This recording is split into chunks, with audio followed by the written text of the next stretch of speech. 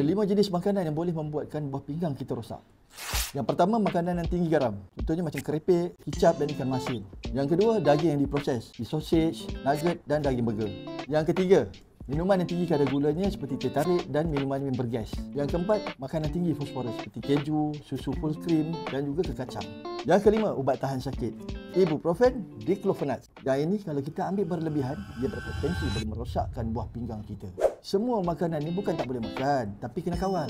Sebab kalau berlebihan, itulah jadi punca masalah batu karang, buah pinggang rosak dan juga jangkitan mungkin boleh terjadi. Nak tak nak, memang kita sendiri kena ambil inisiatif. Jadi sini saya nak kongsikan satu petua yang bukan setakat orang dulu je guna, tapi luar negara pun guna tau untuk cuci buah pinggang kita. Uracare Plus. Uracare ni sebenarnya ekstrak daun dukung anak. Kalau anda pernah dengar daun dukung anak ni, dia herba yang banyak saintis buat kajian sebab properti dia yang unik. Daun ini ada ejen diuretik, anti-diasis dan anti-inflamatori, di mana ia sangat rare untuk ada dalam satu bahan. 3 khasiat inilah yang akan buang segala toksin dan apa-apa yang berlebihan dalam buah pinggang kita melalui air kencing.